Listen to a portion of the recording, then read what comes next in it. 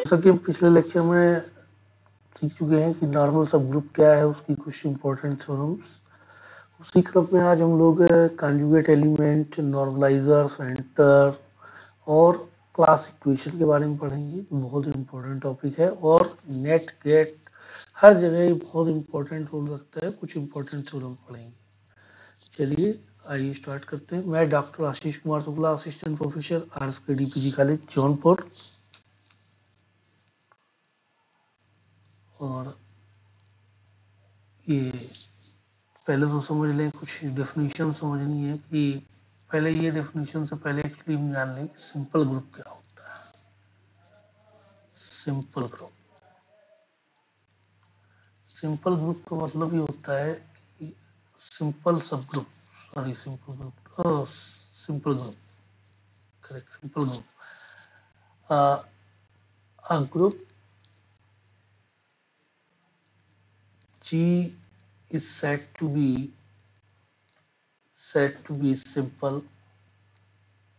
simple if it has no proper normal subgroup। कहने का मतलब है कि वो ग्रुप जी आपका सिंपल कहलाएगा अगर उसके पास कोई प्रॉपर नॉर्मल सबग्रुप नहीं है। सवाल ये होता है कि इम्प्रॉपर नॉर्मल सबग्रुप कौन होते हैं, ये भी समझ लें। इम्प्रॉपर नॉर्मल सबग्रुप कौन से हैं, नॉर्मल सबग्रुप कौन है?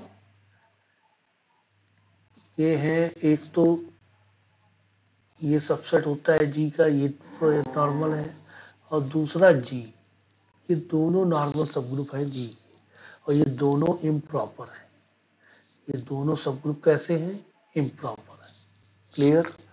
यानी कि कोई भी ग्रुप सिंपल कहलाएगा अगर उसके पास कोई प्रॉपर नॉर्मल सबग्रुप नहीं है। ये कई एग्जांपल पूछे जाते, प्रॉब्लम्स आती हैं, जब आएंगी तो ये बात मेरी याद रखिएगा। नेक्स्ट उसी क्रम में हम लोग एक डेफिनेशन समझनी है, कॉन्जुगेट एलिमेंट क्या है। कॉन्जुगेट एलिमेंट,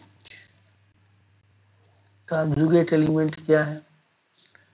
इसमें कहा गया कि लेट कॉन्जुगेट एलिमेंट समझ, late G be a group,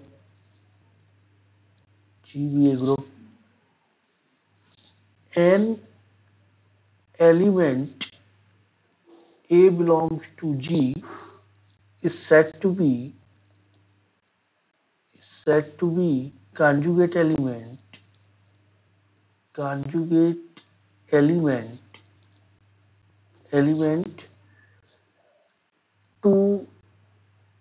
an element B belongs to G। कहने का मतलब है कि दो एलिमेंट, एक तो A और दूसरा B, एक कॉन्जुगेट कहलाएंगे। ये दोनों एलिमेंट एक दूसरे के कॉन्जुगेट कहलाएंगे if and only if A is equal to X inverse BX। ध्यान दीजिए, for some X belongs to G। ये ध्यान रखने वाली बात है, इसको जरा दिमाग में बैठा लीजिएगा। क्या लिखा है मैंने? For some.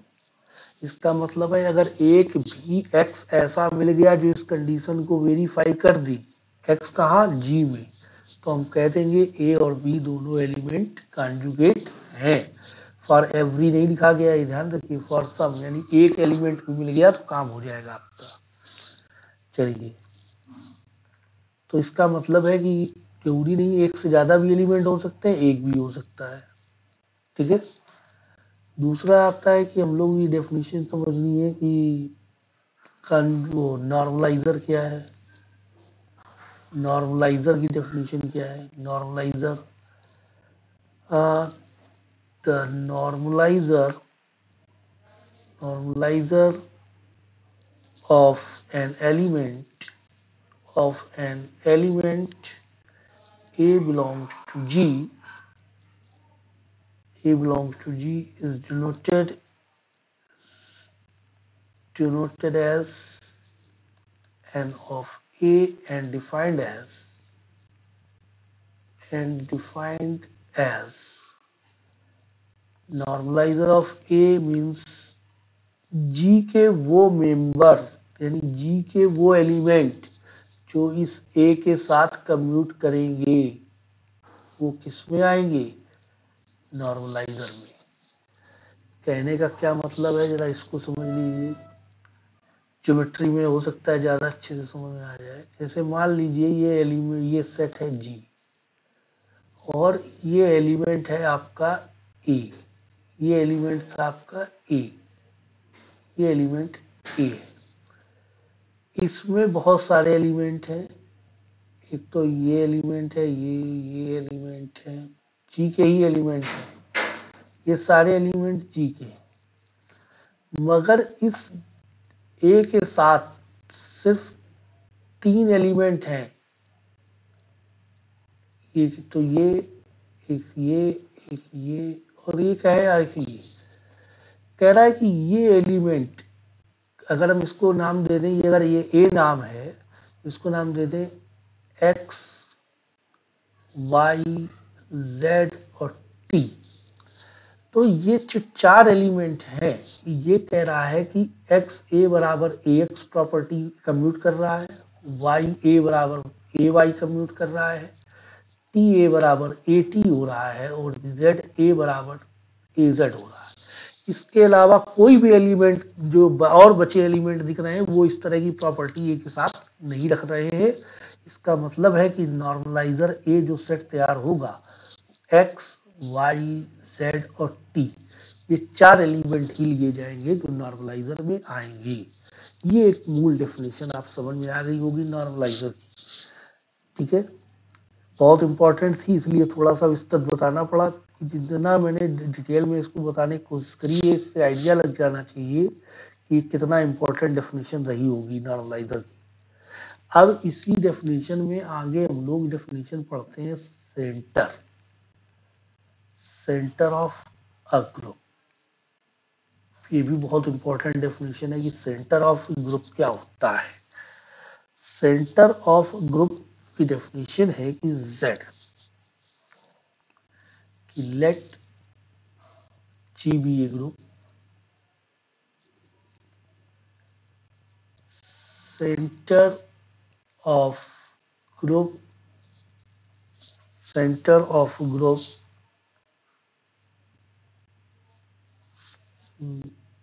Centre of group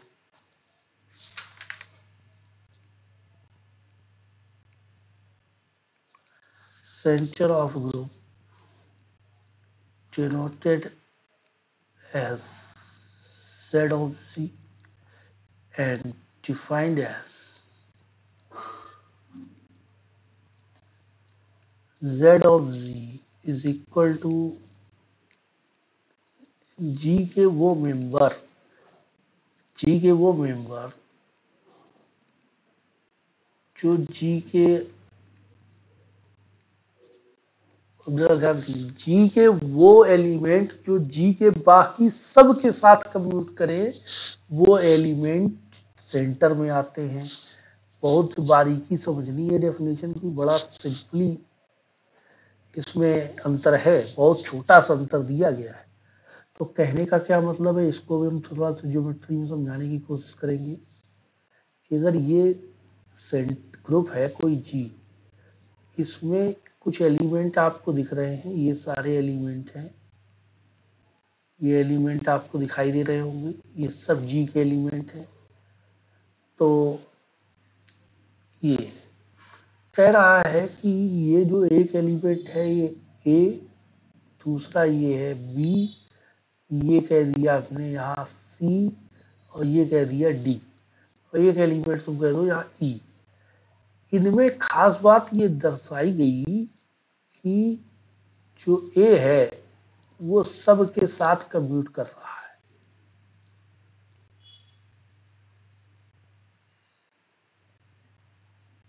सबके साथ, सबके साथ कम्यूट कर रहा है, सबके साथ कम्यूट कर रहा है। ठीक है, तो कहने का मतलब है कि A X is equal to X A हो रहा है for every X belongs to G. इसी तरह बी एक्स बराबर एक्स बी हो रहा है for every X belongs to G. इसी तरह से डी एक्स बराबर एक्स डी हो रहा है for every X belongs to G. इसी तरह एक एलिमेंट और मिल गया हमें सी एक्स बराबर X C for every X belongs to G. इसी तरह एक एलिमेंट और मिल गया ई एक्स बराबर X E for every X belongs to G. इसका मतलब जो सेंटर है उसमें ये सिर्फ 5 एलिमेंट, बाकी और कोई एलिमेंट नहीं मिल रहा है। बाकी एलिमेंट जो मिल रहा है वो एक्स जी के सारे मेंबर्स के साथ कम्यूट नहीं कर रहे हैं, इसलिए इसमें बस इतने ही एलिमेंट आएंगे। A sorry A P C D E ये 5 एलिमेंट आ जाएंगे जेड में। ठीक है, ये सेंटर कहलाने लगेगा, इसको सेंटर कहेंगे। ठीक है, अब इसी तरीके से आता है एक और डेफिनेशन, हम लोग समझने की कोशिश करते हैं।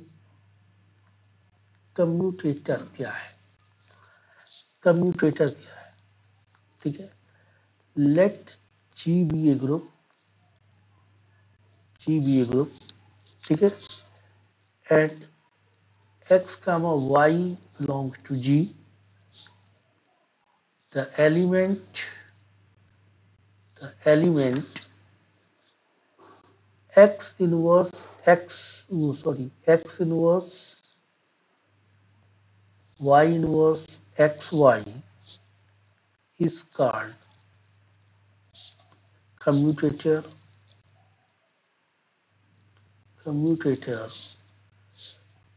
of x and y।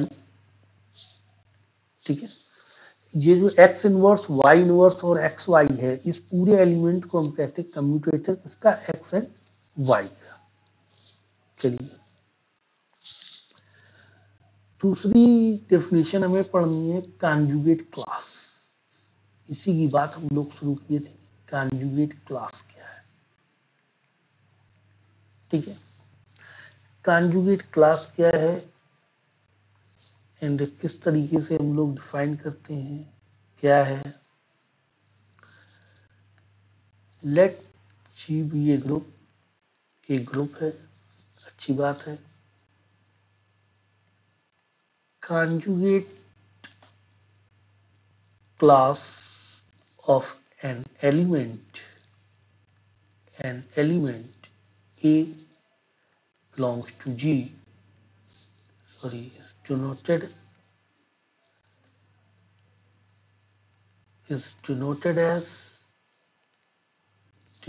as CA and defined as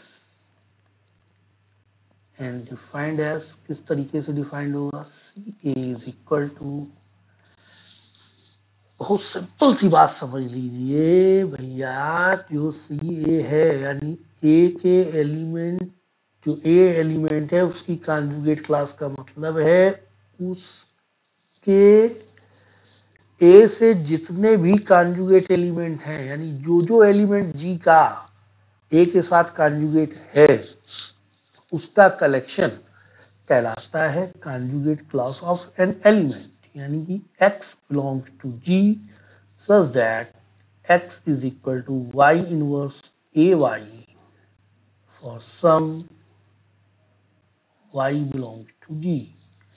यानी कि ए से, अब जरा ध्यान दीजिए, ये जो ए एलिमेंट है ये आपको गिवन है, इसी एलिमेंट के कॉन्जुगेट, यानी ए से ये एलिमेंट कॉन्जुगेट हो गए, यानी कि एक्स कॉन्जुगेट ए के नोटेशन होता है। यानी हमने ये समझ लिया कि जो भी ए से कॉन्जुगेट होंगे उनका कहलाएगा आपका कॉन्जुगेट एलिमेंट। चलिए अच्छी बात है।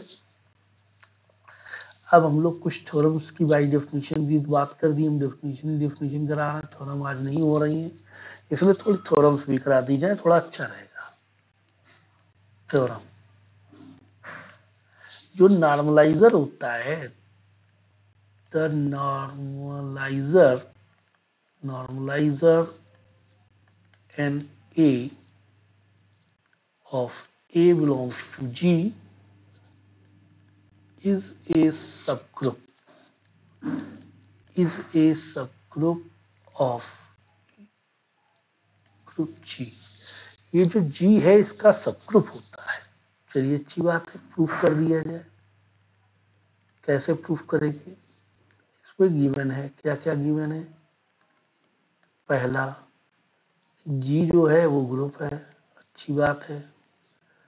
दूसरा कि जो A एलिमेंट है वो G का है। तीसरा, N ऑफ A है वो नॉर्मलाइजर है। अब इसका मतलब एम हमारा ये है कि जो नॉर्मलाइजर है उसको ये दिखाइए कि वो एक सबग्रुप है। ठीक, तो इस सबग्रुप का प्रूफ करने के लिए प्रॉपर्टी है कि एक्स ए कामा बी अगर वो एक्स कामा वाई अगर एन ए में है तो आपका एक्स वाई इनवर्स, यानी हमें ये दिखाना है कि एक्स वाई अगर एन ए में आ रहा है तो हमें किसी भी तरीके से प्रूफ कर दें कि एक्स वाई इनवर्स भी एन ए में आ रहा है, तो ये प्रूव हो जाएगा कि ये हमारा नॉर्मलाइजर है। ये चीज प्रूव हो जाएगी। चलिए, कोई ज्यादा कॉम्प्लिकेटेड नहीं है, इसमें कोई दिक्कत नहीं होनी चाहिए, बहुत आसान सी है। ठीक है, अब हमको ये पता है कि x कामा वाई अगर एन ए में है तो इसका मतलब है कि एक्स ए बराबर ए एक्स हो जाएगा एंड और वाई ए बराबर ए वाई हो जाएगा। क्लियर? अच्छी बात है। अगर A Y is equal to Y A हो रहा है तो हम ये कह सकते हैं, क्या कह सकते हैं? इसमें हमने Y inverse A Y equal to Y inverse Y A से ऑपरेट करा दिया। दैट मीन्स ये हो जाएगा आपका वाई इनवर्स ए वाई, उधर वाई इनवर्स से भी ऑपरेट करा दिया। क्लियर? इसका मतलब हो जाएगा ये सॉरी वाई इनवर्स और ये आइडेंटिटी हो जाएगी इज इक्वल टू ये आइडेंटिटी हो जाएगी ए वाई इनवर्स। इसका मतलब आपने ये समझा कि वाई इनवर्स भी नॉर्मलाइजर में बिलोंग कर रहा है। देखिए वही प्रॉपर्टी उसी तरीके से होल्ड करनी है, यानी कि वाई इनवर्स नॉर्मलाइजर में बिलोंग कर रहा है। अब अगर वाई इनवर्स नॉर्मलाइजर में बिलोंग कर रहा है, इसका क्या मतलब है? इसका मीनिंग समझ लीजिए कि हाँ, मैंने ही देखा कि A X Y inverse is equal to A, हम लोग लिख सकते हैं कि एक्स और ये वाई इनवर्स और ए एक्स को हम लोग लिख सकते हैं एक्स ए, ये दिया गया है, और वाई इनवर्स, और ये हो जाएगा एक्स ए वाई इनवर्स और x A Y inverse. A Y inverse को हम लोग लिख सकते हैं वाई इनवर्स ए, यानी कि ये हो जाएगा एक्स वाई इनवर्स ए, यानी कि एक्स वाई इनवर्स ए। यानी आपने देखा कि ये कुछ इस तरीके का दिख रहा है, Y inverse is equal to xy inverse A. It is implies that xy inverse belongs to normalizer of A। यानी ये belong कर गया, इसका मतलब है it is implies that कि normalizer of A subgroup, ये क्या हो जाएगा? सबग्रुप हो जाएगा। बहुत ही सिंपल प्रूफ था, आपने बहुत आसानी से प्रूफ कर दिया। नेक्स्ट थ्योरम है, आज 3-4 थ्योरम कराएंगे, बहुत इंपॉर्टेंट थ्योरम सब करानी है हमें। ये नेक्स्ट थ्योरम है कि let G be a finite group, G be a finite group, A belongs to G, let N of A is a normalizer of A in G, and CA is conjugate class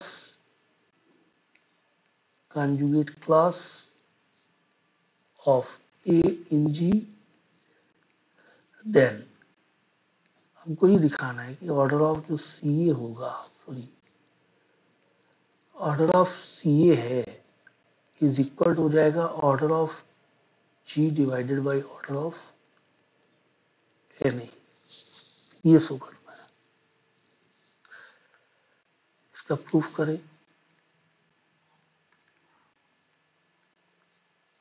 proof करना है, proof में given क्या क्या पहले तो ये देख लें। गिवन है आपको पहला जी है वो ग्रुप है, सेकेंड ये नॉर्मलाइजर है ये भी दिया गया है आपको, तीसरा सी ए जो है वो कॉन्जुगेट क्लास है,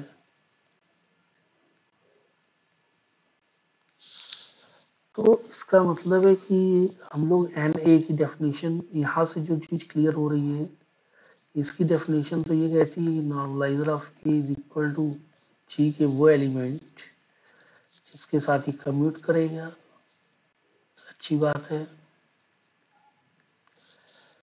सेंटर की डेफिनेशन ये कहती है, इसकी कॉन्जुगेट क्लास की डेफिनेशन ये कहती है कि जी के वो एलिमेंट जो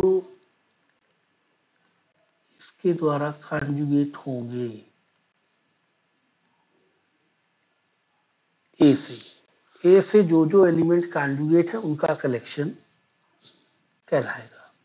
ठीक है, ये बात तो हो गई। अब एक हमने सेट तैयार किया, लेट कोसेट बनाया है नॉर्मलाइजर का, so that X belongs to G. एक सेट ऑफ जितने भी राइट कोसेट है, जो एम है actually M is the set of all right cosets of Na in G, यानी Na के जितने भी राइट कोसेट्स हैं उनका क्या है, ये सेट बना हुआ है। अगर ये राइट कोसेट का सेट है तो अब हमने एक नेचुरल मैप तैयार की, नेचुरल मैप कहाँ से, एफ से जेड, एम से सी ए पर। अब हमारा एम अगर हम ये दिखा दें कि जो एफ मैपिंग है वो इज 1 1 है एंड ऑन 2 है, अगर हम ये दिखाने में सक्षम हो जाए कि जो मैपिंग दी गई हमारी है वो 1 1 है और ऑन 2 है, तो हमें 1 1 ऑन 2 में ये पता है कि जो ऑर्डर डोमेन का होता है, जितने एलिमेंट डोमेन में होते हैं उतने एलिमेंट को डोमेन में होते हैं। 1 1 ऑन 2 मैपिंग की खास बात होती है। तो पहला हमें ये दिखाना है कि एफ इज 1 1। कैसे दिखाएंगे, 1 1 दिखाने की खास बात ये होती है कि हम लोग ये लेके चलते हैं F of x1 is equal to F of x2, तो ये इंप्लाई कर जाए कि x1 बराबर x2 है, तो हमारी मैपिंग 1 1 हो जाती है। तो इसी तरीके से चूंकि f डोमेन में जो एलिमेंट हैं वो नॉर्मलाइजर के, किसके हैं, नॉर्मलाइजर की, तो यानी कि जो डोमेन है, डोमेन चूंकि आपका क्या है, डोमेन है कैपिटल एम, इसमें जो एलिमेंट आएंगे वो एन ए एक्स, भाई आपने देखे हैं एम में किस तरीके के एलिमेंट है, ये सीन दिया गया है, ये एलिमेंट है आपके एम में, क्लियर। तो इसका मतलब है कि हम डोमेन एम जो दिया है, यानी हम लोग हो जाएगा F of N A X is equal to F of N A Y, और हम किसी भी तरीके से दिखा देंगे कि N A X is equal to N A Y, तो ये प्रूव हो जाएगा कि हमारा फंक्शन 1 1 है। चलिए, तो इसका मतलब हो गया कि ये दिया हुआ है और इसकी मैपिंग क्या होगी, एक्चुअली मैपिंग जा रही है सीए में, सीए में मैपिंग जा रही है और इस तरीके से मैपिंग हो रही है, यानी कि X inverse A X is equal to Y inverse A Y, ये नेचुरल मैप बनी हुई है। अब इसमें मैंने कुछ एलिमेंट से ऑपरेट करा दिया, x x inverse A x, और ये ऑपरेट हो जाएगा आपका, सॉरी ये मैंने ऑपरेट करा दिया इसमें, Y inverse is equal to X Y inverse A Y Y inverse, ये आइडेंटिटी हो जाएगा। That means A X Y inverse is equal to X Y inverse A. ये इस तरीके से ऑपरेट हुआ।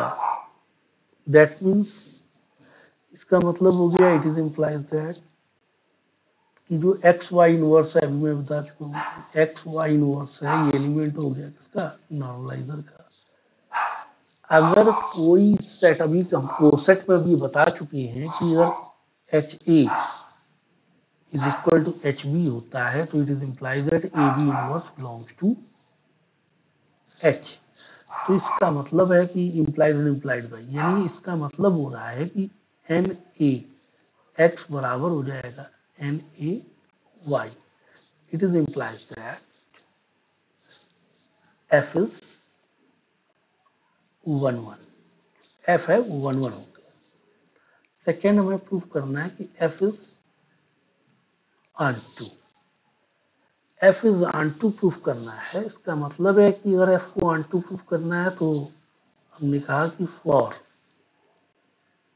Any X inverse A X belongs to C A, यानी इस क्लास इक्वेशन का कोई भी एलिमेंट अगर लेते हैं तो there exist N A X belongs to M मिलेगा, सच दैट कैसा, F of N A X is equal to x inverse ax. It is implies that f is on 2। अगर f on 2 हो गया, चूंकि it is implies that, इसका मतलब है कि सेंस जो मैपिंग है वो आपकी 1 1 है और on 2 है। इसका मतलब है कि ऑर्डर ऑफ डोमेन डोमेन बराबर हो जाएगा ऑर्डर ऑफ रेंज। इसका मतलब है कि ऑर्डर ऑफ m बराबर हो जाएगा ऑर्डर ऑफ सी ए। इसका मतलब है कि जरा ध्यान दीजिए, m का मतलब क्या था, m का मतलब था कि m is the set of all right coset of N A in G. इसका मतलब होता है क्या, इंडेक्स इंडेक्स ऑफ अ सब ग्रुप इन जी, यानी कि order of G divided by order of N A is equal to order of C A. ये prove हो गया, क्लास इक्वेशन में हमने प्रूव कर दिया। नेक्स्ट बहुत इंपॉर्टेंट थ्योरम आप पढ़ने समझने जा रहे हैं, बहुत इंपॉर्टेंट थ्योरम है, बहुत ही इंपॉर्टेंट थ्योरम है क्लास इक्वेशन, यानी इसको बोलते हैं, इस थ्योरम का नाम भी है फर्स्ट क्लास इक्वेशन। इस थ्योरम का नाम है first class equation. First class equation क्या है, इसका स्टेटमेंट समझ ले पहले। बहुत ही इजी भी है, अच्छी थ्योरम भी है, बहुत इंटरेस्टेड है, मजा आएगा इसको प्रूव करने में। चलिए, इसमें दिया गया है कि if G is a finite group,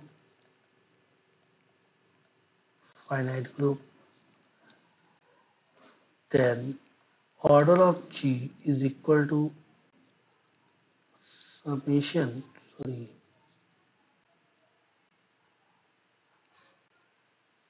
summation order of G divided by order of N। ये प्रूफ करना है, ये सिंपल बस इतना ही है। अब इसको हम प्रूफ करेंगे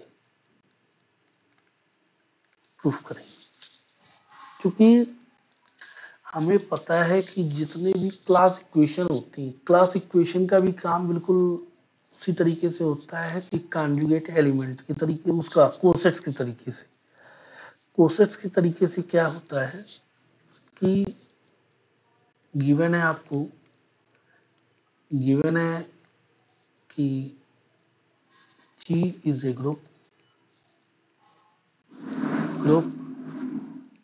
दूसरा G इज ए ग्रुप दिया गया है, तो हमने कहा कि A1 A2 A3 and so on AN, इस तरीके से एलिमेंट दिए गए हैं।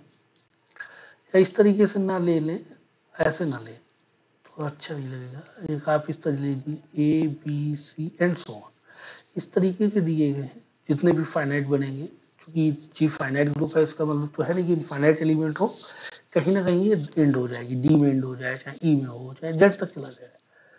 तो इसका मतलब इट इज इम्प्लाइज दैट कि C A, C B, C C are sorry conjugate class, ये जो है वो कॉन्जुगेट क्लास है with respect to A, B, C and so on respectively.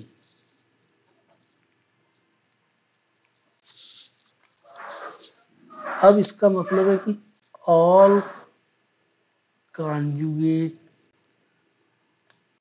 class are disjoint to each other. कहने का मतलब है कि G बराबर अगर हम ये कर दें C A union C B union C C union and so on, तो यानी ये डिजॉइंट भी है, इसका मतलब ऑर्डर ऑफ जी बराबर ये हो जाएगा order of C A plus order of C B plus order of C C plus and so on. अब हम इसको एक साइक्लिक समीशन में लिखना चाह रहे हैं, तो साइक्लिक समीशन में कैसे लिखेंगे, समीशन ऑर्डर ऑफ सी ए। और ऑर्डर ऑफ सी ए को मैंने भी प्रूफ किया है पिछली थ्योरम में, इसको हम लिखते हैं order of G divided by order of N A. ठीक है, यानी ये फर्स्ट क्लास इक्वेशन आपने प्रूफ कर दी है कि order of G is equal to summation order of G divided by order of N. चलिए इस पे इतनी ही थ्योरम, नेक्स्ट हम लोग अगले लेक्चर में डिस्कस करेंगे, कुछ 2-3 थ्योरम है बहुत इंपॉर्टेंट है। Thank you.